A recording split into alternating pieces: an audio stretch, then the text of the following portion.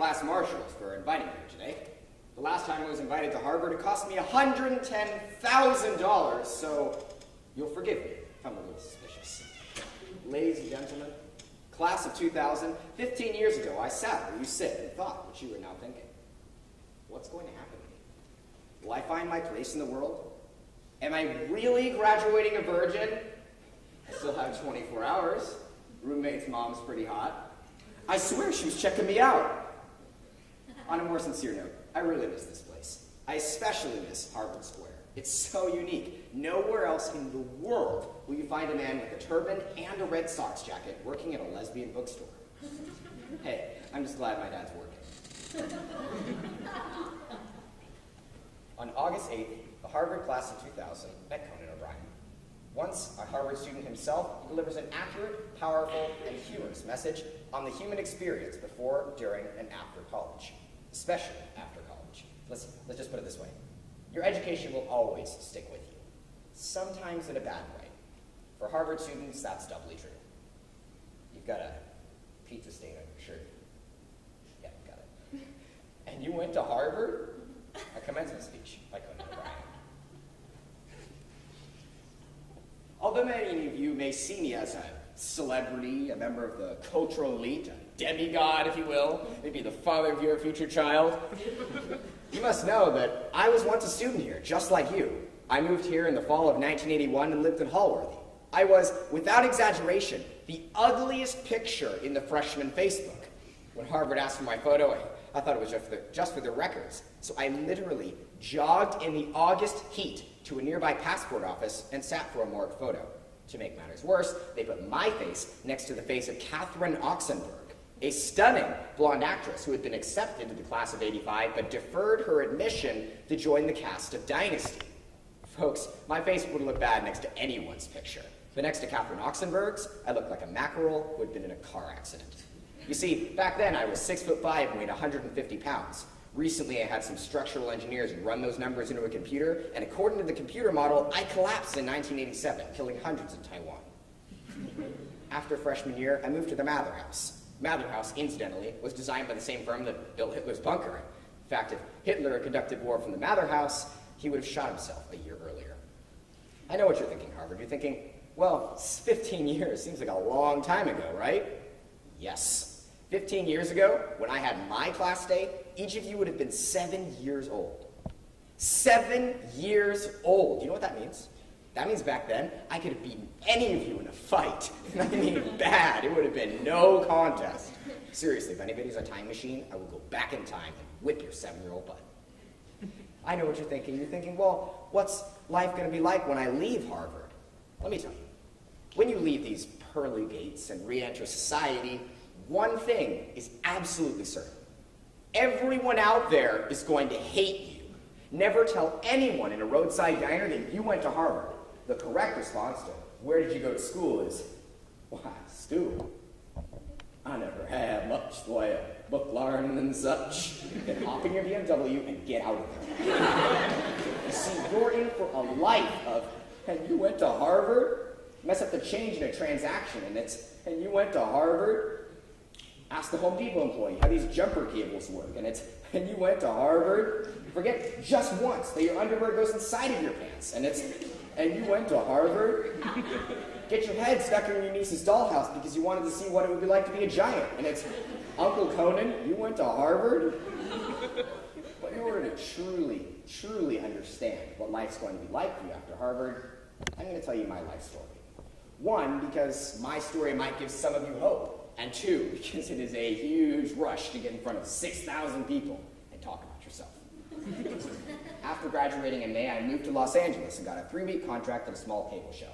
I got a $338 a month apartment, a dump by the way, and a 1977 Isuzu Opel, a car that Isuzu only manufactured for a year because they found out that technically it's not a car. Quick tip, graduates, no 4-cylinder vehicle should ever have a racing stripe. Now, I had that job for over a year, feeling pretty good about myself, when one day they told me they were letting me go. I was fired, and I hadn't saved a lot of money. I tried to find another job in television, but I just couldn't find one. So, with nowhere else to turn, I went to a temp agency and filled out a questionnaire. I made sure they knew that I had been to Harvard, and deserved the very best treatment. So, the next day, I was sent to the Santa Monica branch of Wilson's House of Suede and Leather. When you have a Harvard degree, and you're working at Wilson's House of Suede and Leather, you're constantly haunted by the ghostly images of your classmates who chose graduate school. You see their faces everywhere, in coffee cups and fish tanks, and they're constantly laughing at you as you stack suede shirts that no man in good conscience would ever wear. I tried a lot of things during that period. I acted in corporate infomercials, served drinks at a non-equity theater. I even entertained at a 7-year-old's birthday party. In desperate need of work, I put together some sketches and scored a job at a fledgling Fox network as a writer and performer for a new show called The Wilton North Report. The show was going to revolutionize television, the producer said. And in a way, it did. The show was so hated and did so badly that when news of its cancellation was announced to Fox affiliates 3 weeks later, they burst into spontaneous applause. Then I got a huge break. A while back, I had submitted, along with my writing partner, a batch of sketches to Saturday Night Live, and after a year and a half, they read it and decided to give us a 2-week tryout. Those 2 weeks turned into 2 seasons, and I felt successful. Successful enough, in fact, to write a TV pilot for an original sitcom, and when the network decided to make it, I left Saturday Night Live. The show was going to be groundbreaking. It was going to resurrect the career of TV's Back and West. It was going to be a comedy without a laugh track or a studio audience. It was going to change all the rules. And here's what happened. When it aired, it was the second lowest rated television show of all time. It tied with the test pattern they show in Nova Scotia. So I was 28, and once again, I had no job. I had good writing credits in New York, but I was filled with disappointment, and I didn't know where to go next. And that's when The Simpsons saved me. I got a job there, writing episodes about Springfield getting a monorail, and Homer going to college. I was finally putting my Harvard education to good use, writing dialogue for a man who's so stupid that in one episode he forgot to make his own heartbeat. Life was good. And then one amazing, inexplicable opportunity came my way. The chance to audition for host of the new late night show. Now, don't get me wrong, I took the opportunity seriously, but at the same time, I had that relaxed confidence of somebody who knew he had no real shot. I mean, I can never fear losing a great job I never had, right? And I think that attitude made the difference. I'll never forget being in the Simpsons recording studio that night when the phone rang. It was for me. My car was blocking the fire lane. But a week later, I'd gotten another call, and I had got the job. I felt like I had seized the moment to put my very best foot forward. And here's one of the most respected, and may I note, widely read television critics Tom Shares wrote in the Washington Post. O'Brien is a living collage of annoying nervous habits. He giggles and titters, jiggles about and fiddles with his cuffs. He has dark, beady little eyes like a rabbit. He's one of the whitest white men ever. He's a switch of the guest who won't leave. He's the host who should never have come. May the late night show with Conan O'Brien become the late night show, and may the host return to Conan oblivion from whence he came. There's more, but it gets kind of mean. Needless to say, it hurt like you wouldn't believe. But I'm telling you this for a reason. I've had a lot of success. I've also had a lot of failure. I've looked good, and I've looked bad.